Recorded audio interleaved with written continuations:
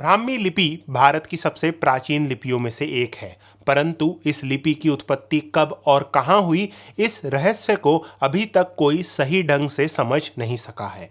हम जानते हैं कि सिंधु घाटी सभ्यता में एक लिपि का प्रयोग होता था और 1500 ईसा पूर्व में जब सिंधु घाटी सभ्यता का पतन हुआ, तब इस लिपि का भी पतन होना आरंभ हो गया।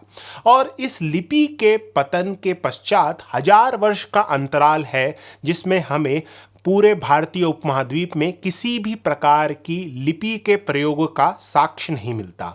मौर्य काल में जब अशोक अपने शिलालेखों को लिखवाना आरंभ करते हैं, तब हमें स्पष्ट रूप से प्रमाण मिलता है एक नई लिपि के प्रयोग के आरंभ का। यह नई लिपि थी ब्राह्मी लिपि। अब सिंधु घाटी सभ्यता की लिपि के पतन और ब्राह्मी लिपि के उत्पत्ति के बीच का जो यह 1000 वर्ष का अंतराल है, यह हमारे समक्ष दो मुख्य प्रश्न खड़े करता है।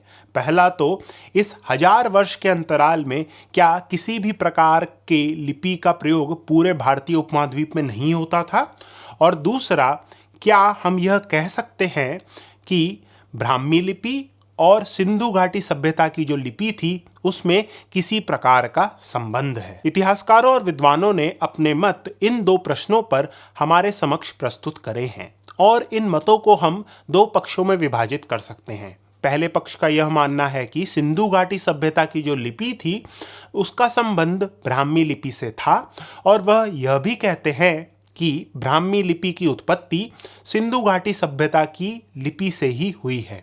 जो इतिहासकार इस पक्ष का समर्थन करते हैं उसमें से अधिकतर भारतीय हैं। यदि हम दूसरे पक्ष की बात करें तो दूसरा पक्ष यह नहीं मानता कि सिंधु घाटी सभ्यता की लिपि और ब्राह्मी लिपि के बीच कोई संबंध था। यह पक्ष यह भी कहता है कि किसी विदेशी लिपि के कारण ही ब्राह्मी लिपि की उत्पत्ति हुई है। यदि हम प्रथम पक्ष की बात करें तो इस मत का समर्थन करने वाले इतिहासकारों में से एक प्रसिद्ध नाम है प्रोफेसर ब्रजबासी लाल। प्रोफेसर लाल के अनुसार दक्षिण एवं पश्चिम भारत में अनेक ऐसे चित्र मिले हैं जिन पर एक लिपि का प्रयोग देखने को मिलता है। इन चित्रों को प्रोफेसर लाल प्राचीन ब्राह्मी या प्रोटो ब्राह्मी कहते हैं, जो अभी पूर्ण रूप से विकसित नहीं हुई थी। ओडिशा की विक्रम खोल शिलालेख इस प्राचीन ब्राह्मी का एक उदाहरण है। प्रोफेसर लाल के अनुसार सिंधु घाटी सभ्यता की लिपि और अशोक के शिलालेख में प्रयोग की जाने वाली ब्राह्मी लिपि के बीच की जो कड़ी है वह यह प्राचीन ब्राह्मी या प्रोटो ब्राह्मी है। प्रोफेसर लाल के इस मत का कुछ अन्य इतिहासकार भी समर्थन करते हैं और वह यह कहते हैं कि जब हम सिंधु घाटी सभ्यता के लिपि का निरीक्षण करते हैं तो हम यह पाते हैं कि इस लिपि में और ब्राह्मी लिपि में कुछ समानताएं हैं, परंतु इस मत में कुछ समस्याएं हैं। प्रथम तो हम यह निश्चित रूप से नहीं कह सकते कि जो चित्र हमें पश्चिम एवं दक्षिण भारत में मिले हैं या विक्रम खोल शिलालेख में देखने को मिलते हैं वह एक प्रकार की लिपि थी। इस तथ्य को प्रोफेसर लाल भी स्वीकार करते हैं और उनके अनुसार विक्रम खोल शिलालेख में जो चित्र हमें देखने को मिले हैं उसे हम स्पष्ट रूप से एक लिपि नहीं कह सकते। दूसरी समस्या इस मत के साथ यह है कि यदि हमें सिंधु घाटी सभ्यता की लिपि और ब्राह्मी लिपि के बीच संबंध स्थापित करना है तो उसके लिए सबसे प्रथम हमें सिंधु घाटी सभ्यता की जो लिपि थी उसे समझना पड़ेगा, और अभी तक हम सिंधु घाटी सभ्यता की लिपि को पढ़ या समझ नहीं सके हैं। तो यदि हम सिंधु घाटी सभ्यता की लिपि को ही नहीं समझ सके हैं तो हम किस प्रकार से यह कह सकते हैं कि सिंधु घाटी सभ्यता की लिपि और ब्राह्मी लिपि में एक प्रकार का संबंध था, या इस सिंधु घाटी सभ्यता की लिपि से ही ब्राह्मी लिपि की उत्पत्ति हुई है। यदि हम दूसरे पक्ष की बात करें तो इस पक्ष के अनुसार ब्राह्मी लिपि की उत्पत्ति एक विदेशी लिपि से हुई है। जो इतिहासकार एवं विद्वान इस पक्ष का समर्थन करते हैं वह अधिकतर विदेशी हैं। विभिन्न इतिहासकारों एवं विद्वानों के अनुसार 3 लिपियां ब्राह्मी लिपि की जनक बताई जाती हैं। कुछ इतिहासकार कहते हैं कि ग्रीक लिपि ब्राह्मी लिपि की जनक है, या कुछ मानते हैं कि ब्राह्मी लिपि की उत्पत्ति फिनीशियन लिपि से हुई है, और कुछ का कहना है कि ब्राह्मी लिपि की उत्पत्ति अरेमिक लिपि से हुई है।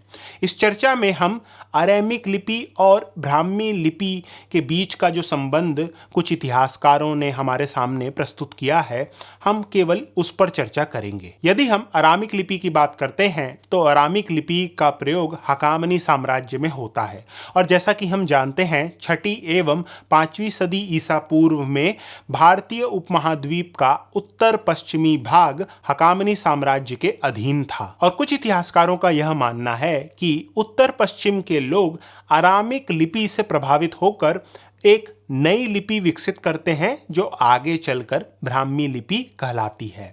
अब पहले पक्ष की तरह इस पक्ष में भी कुछ समस्याएं हैं और इन समस्याओं को समझने के लिए हमें पहले खरोष्ठी लिपि के बारे में जानना होगा।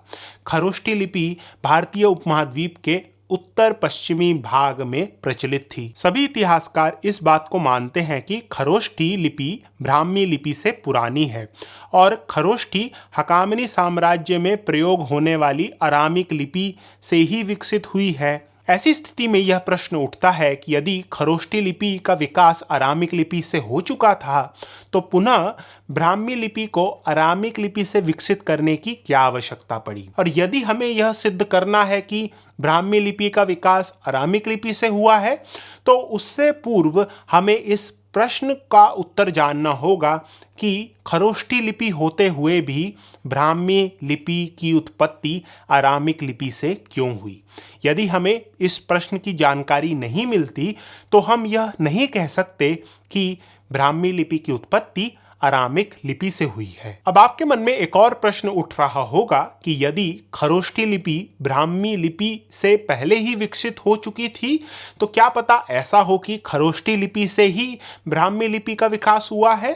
तो कुछ इतिहासकारों ने इस प्रश्न का विश्लेषण किया है और उनके अनुसार खरोष्ठी लिपि और ब्राह्मी लिपि में कोई भी हमें समानता देखने को नहीं मिलती। इस प्रकार से हम यह नहीं कह सकते कि खरोष्ठी लिपि से ही ब्राह्मी लिपि की उत्पत्ति हुई है। इन दोनों पक्षों के तर्कों का विश्लेषण करने के पश्चात एक बात स्पष्ट हमारे सामने यह है कि यदि हमें जानना है कि ब्राह्मी लिपि की उत्पत्ति कैसे हुई तो उससे पूर्व हमें सिंधु घाटी सभ्यता की लिपि को पढ़ना पड़ेगा और जब तक सिंधु घाटी सभ्यता की लिपि को हम नहीं पढ़ते तब तक यह कहना कठिन है कि ब्राह्मी लिपि की उत्पत्ति कैसे हुई। यदि आपको ब्राह्मी लिपि के बारे में जानना है तो कृपया करके यह वीडियो देखें जो आने वाले समय में अपलोड होगी। यदि आपको यह चैनल अच्छा लगा तो कृपया करके सब्सक्राइब करें। धन्यवाद।